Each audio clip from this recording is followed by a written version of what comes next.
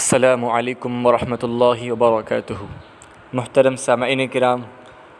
اللہ کا بے حد فضل و احسان ہے کہ اللہ تبارک و تعالی نے ہمیں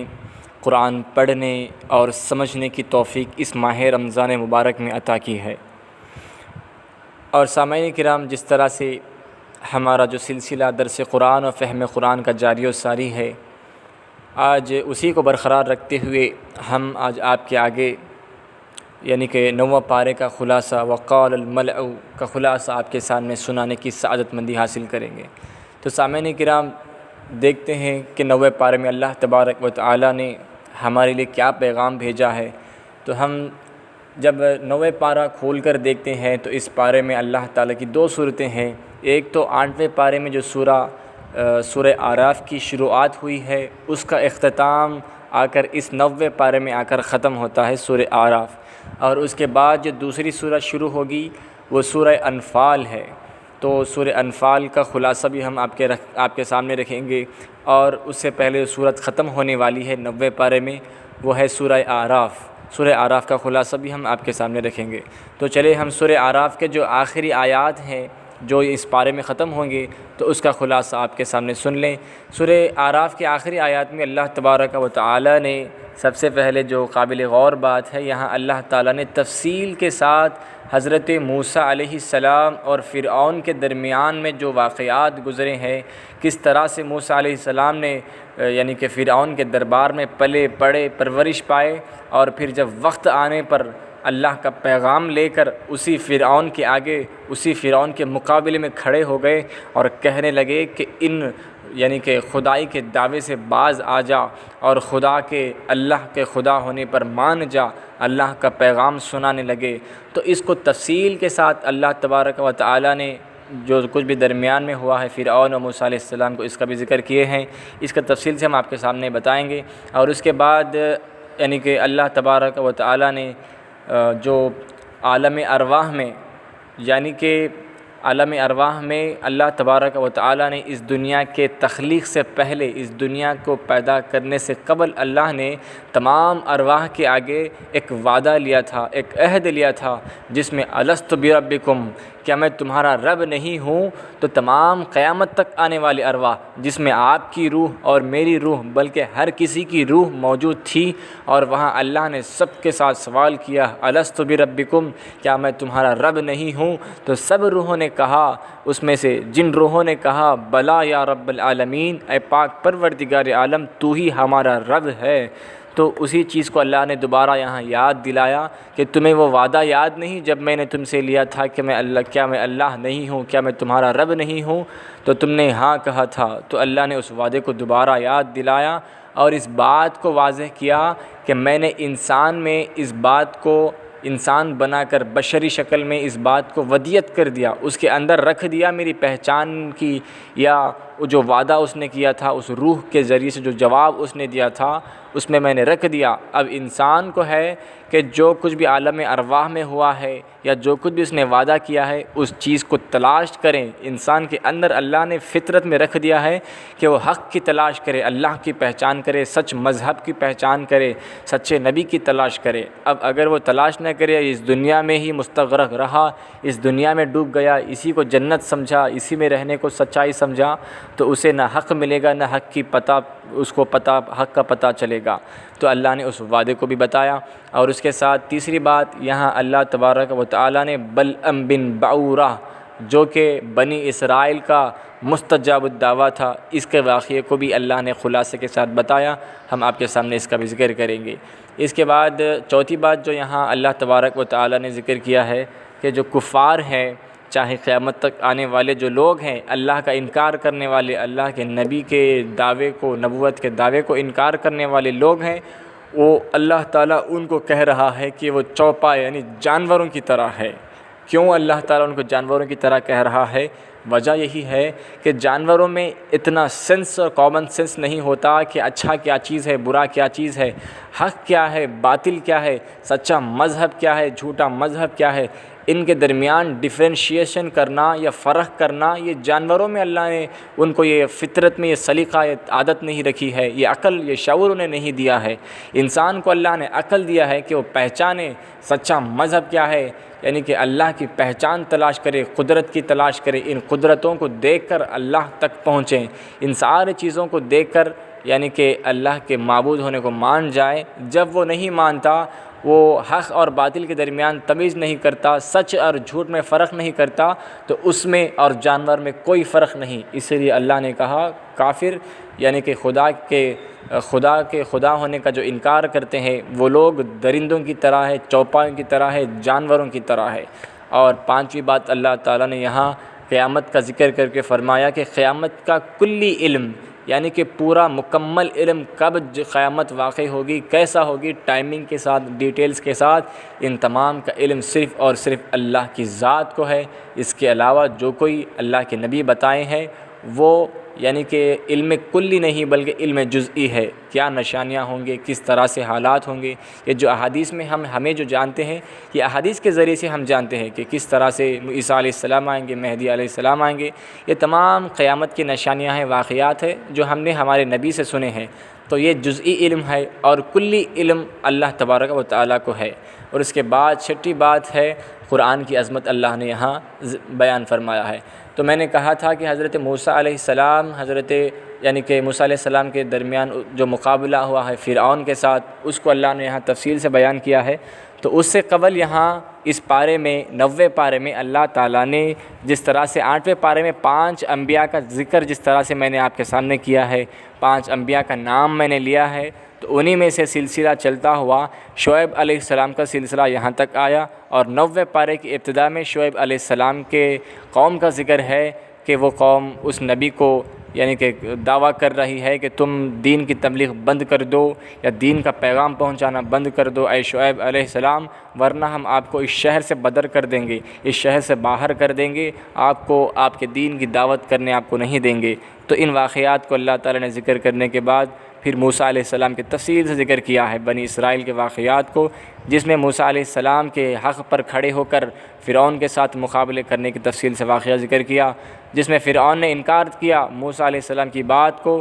اور کہنے لگا اگر تم سچے نبی ہو تو تم اپنے دلائل لے کر آؤ، نبوت کے دلائل لے کر آؤ، معجزات لے کر آؤ، پھر میں میرے مصر میں موجود یا میرے دست قدرت میں جتنے لوگ جادوگر ہیں جو پاورفل جادوگر ہیں اس وقت کے، ان تمام کو میں جمع کروں گا، اگر تم ان کا مقابلہ کرو گے جیت جاؤ گے تو تم سچے نبی ہوگے، ورنہ تمہارا خاتمہ ہو جائے گا۔ تو نبی اللہ کے نبی تھے موسیٰ علیہ السلام، کہا مجھے قبول ہے تیری تمام شرائط، میں اللہ کا نبی ہوں اور اللہ سچا اور واحد معبود ہے، اس پیغام کے لیے میں ہمیشہ لیے کھڑا ہوں۔ جب موسیٰ علیہ السلام کے دعوے پر جب انہوں نے قبول کیا تو فرعون نے ایک ایسا مجموعہ برپا کیا جس میں اس وقت کے تمام سب سے بڑے جادوگروں کو جمع کیا، اور ایک طرف تمام جادوگر ہیں اور دوسری طرف موسیٰ علیہ السلام ہیں، اور جن کے درمیان مقابلہ ہوا تو ان جادوگروں نے پہلے تو موسیٰ علیہ السلام کی مذمت کی، ان کا مذاق اڑایا کہ یہ کیسے نبی ہو سکتے ہیں، لیکن بعد جا کر ان کا کچھ عمل، تھوڑا سا عمل، کون سا عمل اللہ تعالیٰ کو پسند آ گیا پتہ نہیں، جس کے بنا پر یعنی کہ جب وہ لوگ اپنا جادوگری دکھانے لگے اور موسیٰ علیہ السلام اپنا معجزات ظاہر کرنے لگے تو کامیاب یہاں فتح کی، یہاں کامیاب حق کی جیت ہوئی اور موسیٰ علیہ السلام کامیاب ہوئے، جس کے بنیاد پر وہ جادوگر سمجھنے لگے یہ کیسا عجیب بات ہے کہ اس وقت روئے زمین میں ہم سب سے بڑے جادوگر ہیں اور یہ موسیٰ اپنے نبوت کا دعویٰ کر رہے ہیں، یہ جادوگر نہیں ہے، ورنہ ہم جادوگر جس طرح سے قانون ہے کہ جادوگر کو پہچانتا ہے، چور کو پہچانتا ہے، ہم سب سے بڑے جادوگر ہیں، ہمیں تو موسیٰ میں کوئی جادوگری نظر نہیں آتی، جو موسیٰ نے کیا وہ جادو نہیں ہے، یہ کوئی اور بات ہے، ان میں تڑپ پیدا ہوئی، تلاش پیدا ہوئی، وہ لوگ آگے جا کر دیکھنے لگے کہ یہ کوئی موسیٰ عام بندہ نہیں ہے بلکہ رب کے جانب سے بھیجا گیا نبی ہے، موسیٰ سچا ہے، موسیٰ کا رب بھی سچا ہے۔ تو وہ لوگ اسی میدان کے آگے تمام لوگوں کے آگے جب وہ ناکام ہوئے تو موسیٰ علیہ السلام پر یعنی کہ ان کے نبی ہونے پر اقرار کیا اور اللہ کے معبود ہونے کو وہ ایمان لے آئے۔ تو اس بات کو دیکھ کر جب ان کے سینوں میں ایمان آ گیا، فرعون نے تو الگ معاملہ سوچ رکھا تھا، اس نے سمجھا کہ یہ جادوگر جیت جائیں گے اور موسیٰ ہار جائیں گے، تو وہاں فرعون نے ان تمام جادوگروں کو انتباہ کر دیا، بتلا دیا کہ تم ایمان سے پلٹ جاؤ ورنہ میں تمہیں یہیں سزا دوں گا۔ تو وہ لوگ کہنے لگے اب ہمیں حق پہنچ گیا ہے، ہمیں سچا مذہب کیا ہے پتہ چل گیا، سچے نبی کیا ہے معلوم ہو گیا، اب ہمارے اس بدنوں میں جان رہے یا نہ رہے تو چاہے جو بھی سزا دینے ہم تیار ہیں، لیکن ایمان کو نہیں چھوڑیں گے، اللہ کے نبی کو نہیں چھوڑیں گے، اللہ کے کلام کو نہیں چھوڑیں گے۔ تو یہاں وہ لوگ یعنی کہ جادوگروں کو جو کچھ بھی ان کا ایمان تھا، ایمانی قوت تھی، ان کے بنا پر وہ لوگ کامیاب رہے اور فرعون نے ان کو سزا بھی دے دی۔ تو خیر ان تمام واقعات کو اللہ تعالیٰ نے ذکر کیا اور پھر ان واقعات کو بھی ذکر کیا کس طرح سے 40 دن یعنی کہ موسیٰ علیہ السلام نے کوہ طور پر اپنے کتاب جو کتاب اللہ نے ان پر نازل کی تورات اس کو لے کر جب واپس آئے تو ان کی قوم نے کس طرح سے بچھڑے کو معبود بنا لیا، بائل کے بچے کو یعنی کہ بچھڑے کو معبود بنا رکھا، ان تفصیل کے ساتھ ذکر کیا ہے۔ اور اس کے بعد جو بلعم بن بعورہ بنی اسرائیل کا جو یعنی کہ مستجاب الدعویٰ تھا، مستجاب الدعویٰ یعنی کہ اس کو کہا جاتا ہے جس کی ہر دعا اللہ تعالیٰ قبول کرتا ہو، تو وہ شخص بنی اسرائیل کا یعنی کہ مستجاب الدعویٰ تھا، لیکن اس کا معاملہ اس کا انجام یہاں تک ہوا کہ تمام لوگوں کے آگے وہ ذلیل اور رسوا ہو گیا۔ وجہ کیا ہوئی کہ جب یعنی کہ اللہ تعالیٰ کے نبی موسیٰ علیہ السلام کے زمانے میں جب کچھ لوگ ایسے لوگ جمع ہو گئے بلعم بن بعورہ کے پاس کہ اس کے پاس جا کر کہنے لگے موسیٰ اپنے نبی ہونے کا دعویٰ کرتے ہیں، تم تو مستجاب الدعویٰ ہو، تم ان کے خلاف بد دعا کر دو، تو پہلے انکار کیا، نہیں میں ان کا یعنی کہ ان کے لیے بد دعا نہیں کروں گا۔ لیکن جب لوگوں نے اصرار کر کے اس کو رشوت دینے لگے، مال دینے لگے، تو مال کی حرص میں، مال کی محبت میں وہ آ کر موسیٰ علیہ السلام کو بد دعا دینے کے لیے ہاتھ اٹھا دیا اور دعا دینے لگا۔ کس کو دعا دینے لگا؟ ایک وقت کے نبی، اللہ کے نبی کو دعا دینے لگا، تو اللہ نے اس کا ساتھ ایسا معاملہ کیا فَمَثَلَهُ كَمَثَلِ الْكَلْبِ، یعنی کہ اللہ تبارک و تعالیٰ اس کے بارے میں فرماتا ہے وہ تو کتے کی طرح ہو گیا جب وہ موسیٰ کو بد دعا دینے لگا، یعنی کہ اس کی زبان جس زبان سے وہ بد دعا کرنے لگا اللہ تعالیٰ نے اس کے جبڑوں سے زبان اکھاڑ پھینک دی اور کتے کی طرح اس کی زبان لٹکنے لگی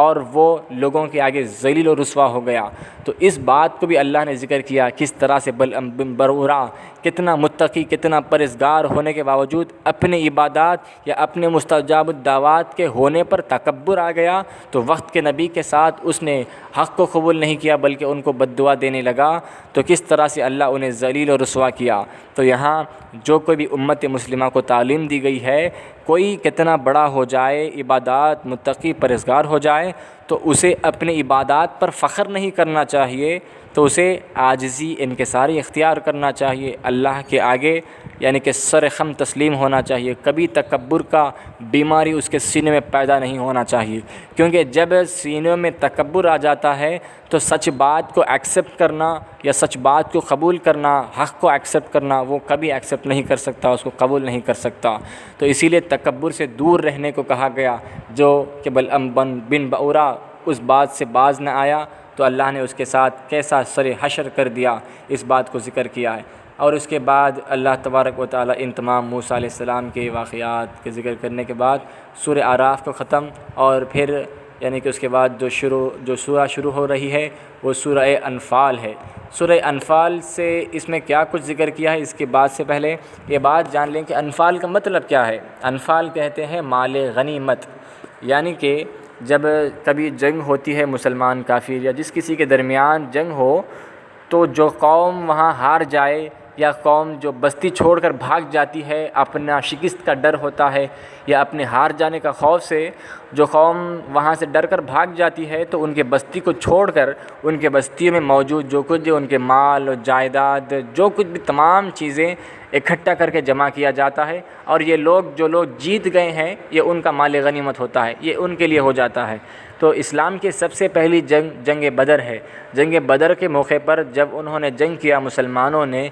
آگے بڑھ کر جنگ میں کامیابی اللہ کی طرف سے فرشتوں کے ذریعے سے کامیابی ملی، تو تب جا کر کفار اس میدان کو چھوڑ کر بھاگ گئے۔ اس میدان میں وہ کفار کا مال غنیمت جو کچھ بھی تھا وہ سب کچھ مسلمانوں کے پاس آ گیا، مسلمانوں میں جمع کیا۔ اب لوگوں میں، صحابہ میں یعنی کہ گفتگو ہونے لگی کہ یہ مال کون لے گا، کون کتنا لے گا، کیا نہیں لے گا۔ تو اللہ تبارک و تعالی نے اس وقت ہدایت بھیجی، کیونکہ یہ مسلمانوں کے لیے پہلی جنگ تھی، ان کے لیے رہنمائی کی ضرورت تھی، تعلیمات کے لیے ضرورت تھی۔ تو اللہ نے پیغام بھیجا کہ جو کچھ بھی مال غنیمت ہو اس کو یعنی کہ کس طرح سے تقسیم کرنا چاہیے، شریعت میں کس کو کتنا حق ملے گا۔ کیونکہ پہلے ہوتا یوں تھا کہ یہ لوگ مال غنیمت کی محبت میں اس کی طرف بھاگ جاتے، جس کو جتنا ہاتھ میں لگا اس کا ہو جاتا، اور کسی کے ہاتھ نہیں لگا تو اسے کچھ نہیں ملتا۔ تو یہ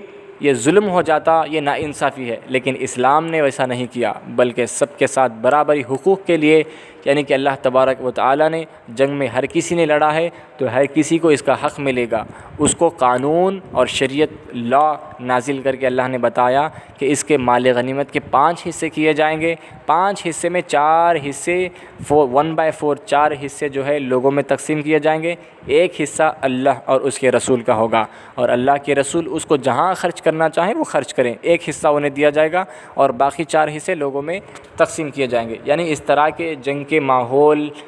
یعنی کیونکہ جنگ بدر کا ذکر ہے اور جنگ احد کا ذکر ہے، مال غنیمت کا ذکر ہے، ان تمام کے لیے اللہ تعالیٰ نے اس کے ساتھ وہاں ان کی تعلیمات کو بھی ذکر کیا ہے، تاکہ مسلمان اس سے آگاہ ہو جائے، مومنین اس سے آگاہ ہو جائے۔ اور مومنین کے اس بات کا بھی بتایا گیا کہ جب کبھی بھی جنگ کا ماحول ہو تو تمہیں کس طرح سے ہونا چاہیے۔ جب تمہیں نبی اعلان کریں کہ جہاد کا وقت ہے، یعنی کہ اب مجاہد بننے کا وقت ہے، میدان جنگ میں اترنے کا وقت ہے، تو تمہیں ایسا نہیں کرنا چاہیے کہ پیٹھ پھیر کر پلٹ کر چلے جانا یا دشمن کو دیکھ کر خوف کھانا۔ یہ ساری باتیں مومنین کی علامت نہیں ہے۔ مومن تو یہ ہے اگر بستر پر لیٹا ہو، اگر ندا آئی نبی کے جانب سے کہ جہاد کے لیے نکلنا ہے، تو بستر چھوڑ کر اٹھ کر آنے والا مجاہد مومن ہوتا ہے۔ مومن کی یہ علامت ہوتی ہے۔ کبھی مومن نبی کے ساتھ یعنی کہ نبی کے بات کا انکار نہیں کرتا، نبی کے بات کو یعنی کہ نبی کو رنج و تکلیف نہیں دیتا۔ ان بات کو اللہ تعالی نے ذکر کیا،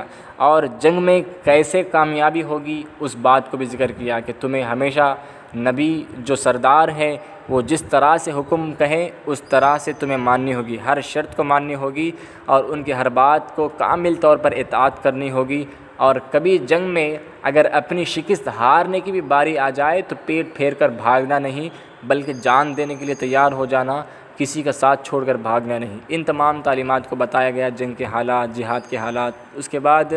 اللہ تبارک و تعالی نے مومنین کے 5 صفات یہاں ذکر کیا ہے۔ مومن کیسے ہوتے ہیں، ان کے 5 کوالیفیکیشنز کیا ہوتے ہیں، اس کو اللہ تبارک و تعالی نے یہاں ذکر کیا ہے۔ تو ان میں پہلی صفت مسلمانوں کی یا مومنین کی یہ ہوتی ہے کہ علامت پہچان یہ ہے کہ خشیت ہوتی ہے۔ خشیت یعنی کہ اللہ تعالیٰ کا خوف،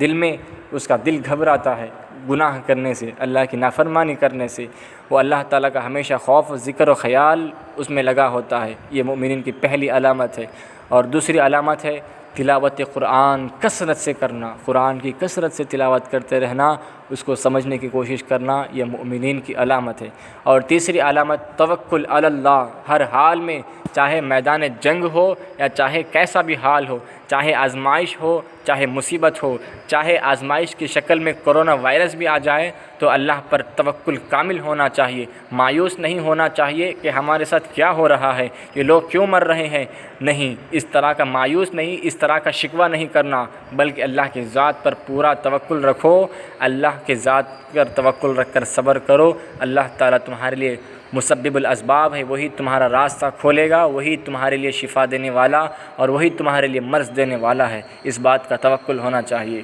مومنین کی علامت ہے کہ وہ اللہ پر کامل بھروسہ رکھتے ہیں۔ اور چوتھی بات مومنین کی علامت یہ ہوتی ہے کہ نماز پر قائم ہوتے ہیں، ہمیشہ، چاہے حالات اچھے ہوں، خوشی والے حالات ہوں، اس وقت بھی اللہ کا شکر بجا لاتے ہیں، نماز کی عبادت میں لگے رہتے ہیں، غم کی حالات میں بھی وہ نماز کو ترک نہیں کرتے، کیونکہ مومنین میں علاوہ جو لوگ ہوتے ہیں ان میں ہماری جو حالات ایسے ہیں، کبھی اگر خوشی کا ماحول ہو جائے تو اس کی عبادات کر لیتے ہیں، کبھی غم آ جائے تو روٹ جاتے ہیں کہ ہمارے ساتھ یہ معاملہ ہوا ہے، ہم کیسے عبادت کریں، اب ہمارے ساتھ اللہ تعالیٰ یہ معاملہ کیا ہے، ہم پر عذاب نازل کیا ہے، کیوں ہم ہی نظر آتے ہیں، شکوہ شکایت کرنے لگتے ہیں۔ نہیں، ہر حال میں تمہیں غم بھی آئے تو صبر کے ساتھ اس کے دہلیز پہ حاضر دینا ہوگا، شکر کے ساتھ جب خوشحال آئے تو شکر کر کے اس کے دہلیز میں، ہر حال میں اس کے دہلیز کو، اس کے دربار کو، اس کے دامن کو نہیں چھوڑنا ہے۔ اللہ تبارک و تعالیٰ کے عبادات میں کوتاہی کمی نہیں آنا چاہیے، چاہے حالات کیسے بھی ہو جائیں۔ تو اس بات یہ علامت ہے، نماز کو قائم کرنا مومنین کی علامت ہے۔ اور مومنین کی علامت میں سے 5ویں علامت جو اللہ نے آخر ذکر کی ہے وہ سخاوت ہے۔ سخاوت یعنی کہ مومن کی علامت یہ ہوتی ہے کہ جو کچھ بھی اس کے پاس ہوتا ہے وہ دوسروں کے بانٹتا ہے، وہ اپنے لیے جمع نہیں کرتا، چاہے وہ پیسوں کو ہو، وہ اپنی اولاد کے لیے ہی جمع کر کے نہیں رکھتا، بلکہ وہ بانٹتا ہے۔ جہاں مسکین نظر آئے، یہاں یعنی کہ غریب غربا نظر آئے، جہاں لوگ بھوک سے مر رہے ہوں، اگر اللہ نے اسے مال دیا ہو تو انہیں بانٹتا ہے، انہیں کھانا کھلاتا ہے۔ اس طرح سے سخاوت کرنا مومنین کی علامت ہے۔ مومن کبھی بخیل نہیں ہوتا، مومن کا دل کبھی تنگ نہیں ہوتا، جس طرح سے اللہ کے حبیب نے فرمایا کہ بخیل کبھی جنت میں جا نہیں سکتا اور بخیل کبھی مومن ہو نہیں سکتا۔ تو یہاں اللہ نے بھی بتایا ہے کہ سخاوت مومن کی علامت ہے۔ 5 علامت جو بتائی ہیں، اللہ کا خوف، تلاوت قرآن، اللہ پر توکل، نماز قائم کرنا اور سخاوت کرنا، یہ 5 علامتیں مومنین کی ہے۔ اب ہمیں چاہیے کہ اپنے گرہبانوں میں جھانکیں کہ یہ علامات کیا ہمیں پائے جاتے ہیں یا اس کے خلاف، کیا ہمارا دل سنگ ہے، کیا ہم عبادات میں کوتاہی کرتے ہیں، کیا ہمیں اللہ پر توکل ہے، کیا ہم قرآن کی تلاوت کرتے ہیں، کیا اللہ کا خوف ہمارے پاس ہے۔ جب ان چیزوں کا نفی ہو، یہ چیز اگر نہیں پائے جاتے ہو تو ہمیں چاہیے کہ ان 5 چیزوں کو اختیار کریں، تبھی جا کر ہم مؤمن بندوں میں شمار ہوں گے، تبھی جا کر ہم ایمان والوں میں شمار ہوں گے۔ کیوں ایمان والوں میں شمار ہوں گے؟ کیونکہ یہی پارہ سورہ انفال میں اللہ تبارک و تعالی نے 6 بار مؤمنین سے خطاب کیا، 6 بار مومنوں سے یعنی کہ حکم کیا، خطاب کیا، یا ایھا الذین آمنو، اے ایمان والو، اے ایمان والوں کہہ کر پیارے انداز سے اللہ نے 6 بار مخاطب کیا ہے۔ تو یہاں یہ شرف ہمیں اس وقت ملے گا جب ہم اللہ تعالیٰ سے دعا کریں گے کہ اللہ تعالیٰ بھی ہمیں ان صفات کا حامل بنائے، مومنین بنائے، مومنین کے علامات کو اپنانے، ان کے علامات کو اختیار کرنے کی اللہ تبارک و تعالیٰ ہمیں توفیق عطا فرمائے۔ تو سامعین، یہ رہا وہ 90واں پارے کا خلاصہ جو آپ کے سامنے سورہ اعراف اور سورہ انفال کا خلاصہ، چند موٹی موٹی باتیں ہم نے آپ کے سامنے رکھی ہیں۔ اللہ تبارک و تعالیٰ سے دعا ہے کہ اللہ تعالیٰ ہمیں قرآن پڑھنے، سمجھنے کی توفیق عطا فرمائے۔